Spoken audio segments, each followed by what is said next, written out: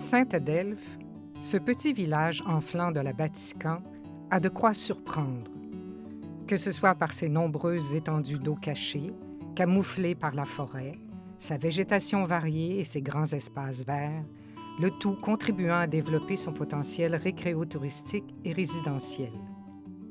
Vous y découvrirez un milieu de vie épanouissant et ses quelques 900 résidents passionnés qui placent la famille au cœur de leurs préoccupations. Vous serez séduit par cette grande passion contagieuse qui se manifeste en une vague d'énergie. De se promener ici, dans notre vie qui est complètement folle, qui est complètement vite, qui est complètement, comme tu dis, de performance, ici, il n'y a personne qui attend rien de toi ici. S'installer à Sainte-Adelphe a permis à Dany Janvier de se ressourcer et par le fait même de s'en inspirer pour son travail.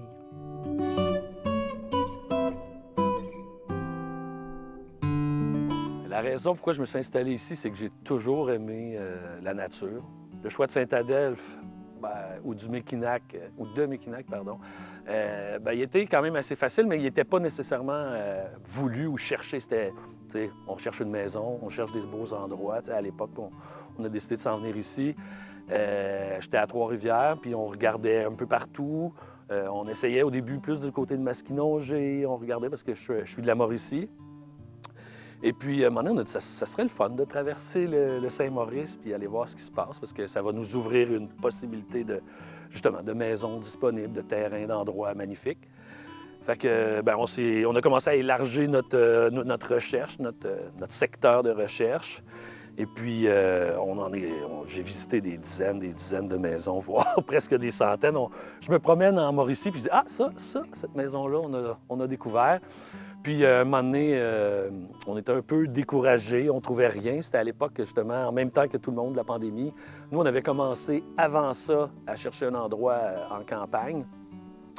Puis, un moment donné, on a trouvé une maison sur le rang Saint-Émile.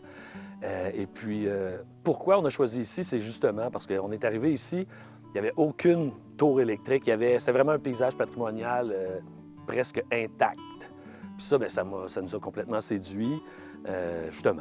Bien sûr, quand tu es un peu plus éloigné, le prix des maisons fait aussi que c'est intéressant. Mais nous, c'était notre but. On voulait quitter la ville. Pourquoi? Pour la nature, pour le bonheur de se retrouver puis de connecter. Regardez où on est ici.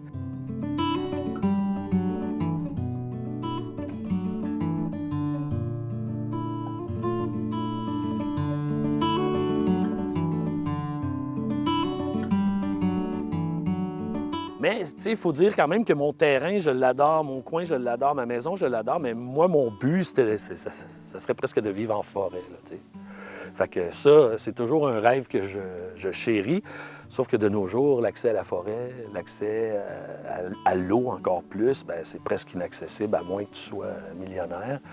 Fait que j'ai trouvé un super bon compromis, je trouve, ici. Moi, la nature, c'est vraiment un refuge. Nous, en ce moment, on parle de peut-être s'acheter un terrain qui se rend juste en train. Là. En ce moment, on est en train de checker ça. Là. Parce que moi, je peux pas concevoir d'habiter dans une zone industrielle, dans un endroit que j'ai choisi justement pour sa quiétude, pour sa beauté. Puis on ne parle pas assez, comme j'ai dit tantôt, les paysages patrimoniaux qu'on a. Moi, je me promène au Québec partout, là, puis on n'a rien à envier à personne.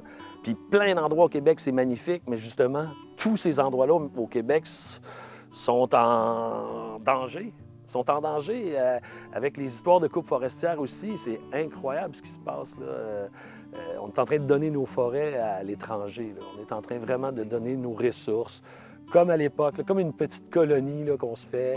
On se fait complètement avoir. Fait que oui, la forêt, pour moi, c'est le refuge, puis je veux pas perdre ce refuge-là, puis je suis prêt à m'en aller assez loin. Là. On pense à...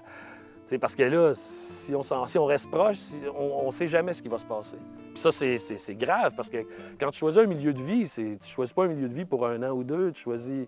Moi, je suis venu m'installer à Sainte-Adelphe, là, puis on s'était dit, on vient mourir ici. C'était ça le but. On plante des arbres, on plante des fruitiers, on plante des arbres à noix, on plante des trucs, là, puis dans 10, 20 ans, là, on va avoir partout. Nous autres, on va avoir vieilli, puis moi, je veux mourir, là. J'ai pas le goût d'aller mourir dans une boîte à Trois-Rivières, là, ou à Shawinigan. C'est pas ça. J'aime mieux tomber dans la nature, puis ils me retrouveront là. Je vais être pas mal plus heureux que m'en aller d'ici. Moi, ce que je veux, c'est quand je sors dehors, que ça soit comme ce qui nous entoure ici.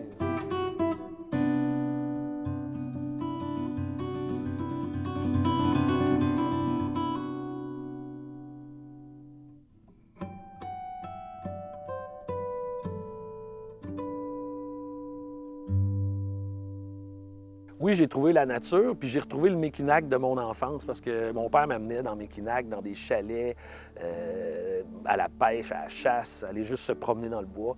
Toute ma jeunesse, j'ai été dans Mekinac. Fait que de retrouver ça, puis c'est comme moi, quand j'étais jeune, on dirait que c'était loin, Mekinac, puis c'était le vrai bois, la forêt sale, tu sais. Puis de vivre dedans, j'ai trouvé ça vraiment extraordinaire. Mekinac, c'est une nature, je dirais, à hauteur d'homme.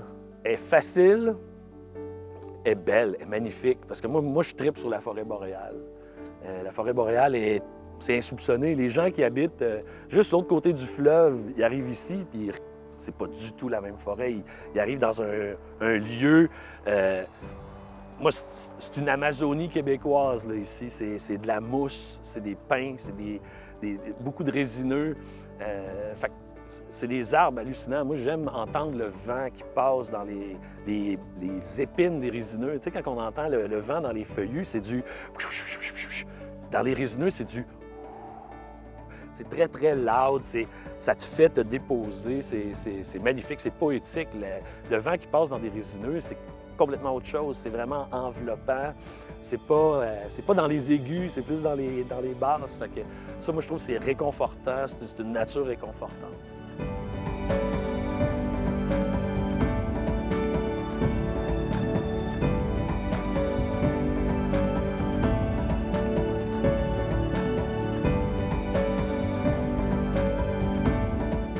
Et puis, je dirais aussi, en tant que documentariste qui tripe sur la forêt, puis que souvent la forêt ou les éléments, autant végétal que fongiques, vous plaisent, bien moi, j'ai mon... Comment je pourrais dire? J'ai mon studio à côté de moi aussi, tu sais, parce que je travaille dans mon studio. Je travaille dans le milieu où je suis, et puis c'est clair. Gars comme moi ici, dans ce chemin-là, je viens souvent me retourner quand je fais mon... C'est la fin de ma boucle de mon jogging, puis c'est comme j'ai hâte d'arriver ici. Quand je fais mon jogging, j'ai hâte d'arriver dans ce coin de forêt, puis on dirait que même sur ma montre, je vois mon battement cardiaque qui descend, je le vois. Fait que c'est clairement une forêt qui est apaisante, la lumière est magnifique, puis c'est ça, puis c'est l'accessibilité aussi, tu sais. Fait que c'est con, mais dans des projets que j'ai eus, puis même en ce moment, je suis dans des projets, bien, j'ai pas besoin d'aller bien loin pour aller travailler. Fait que, en plus de travailler à la maison, comme travailleur autonome, en montage, en réalisation, bien, quand j'ai besoin, hey, il me manque une shot dans des documentaires, bien, des fois, je vais juste dans le cours en arrière, puis je trouve exactement ce que je voulais. Puis je commence à bien connaître aussi la forêt.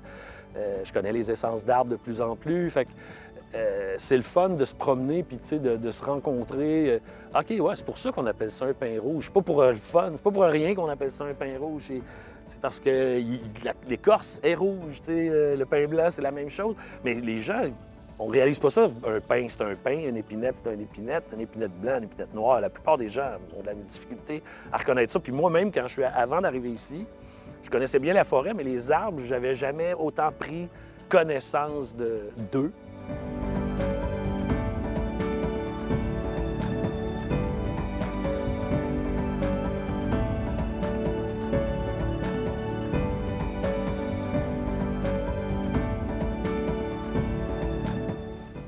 La Batiscan, c'est magnifique. La Batiscan, je vous dirais, le mont Otis, c'est magnifique ce coin-là. Mais la rivière Batiscan, comme je vous dis, c'est pas comme quand on passe sur le pont à Saint-Adelphe, c'est d'aller la parcourir. Là. Aller la parcourir. Dernièrement, j'ai pris le train jusqu'à Lac-Édouard. Lac-Édouard, c'est la source de la Batiscan.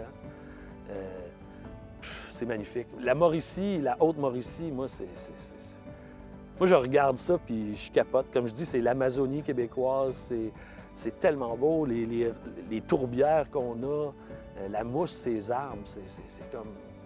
Moi, la nature est un coup de cœur dans Mekinac, mais la Batiscan, et puis toute sa vallée, tout son bassin versant, et puis les beaux champs. On se promène, là, tu te promènes dans le coin du rang Saint-Thomas, là, qui se rend jusqu'à Lac aux Sables. Tu as une vieille grange avec du foin doré.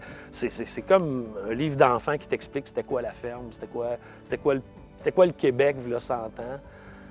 C'est magnifique.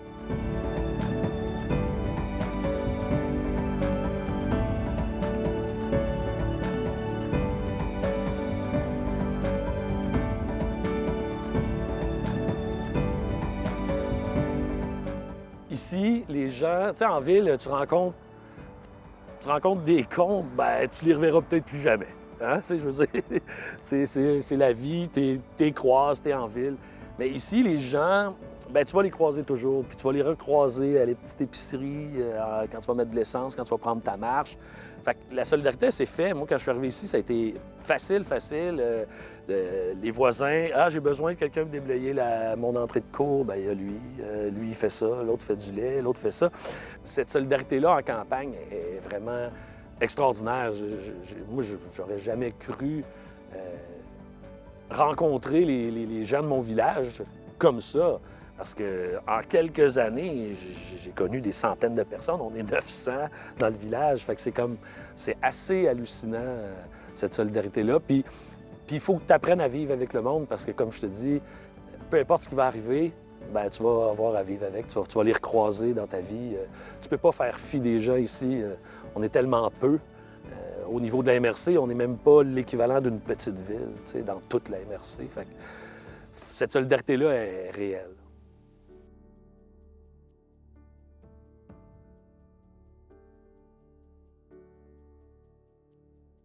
C'est de la guérison, là. Puis ça, c'est pas ésotérique, là. C'est la réalité, ça a été documenté. Pour Dany Janvier, vivre en région est un refuge synonyme de ressourcement et d'inspiration.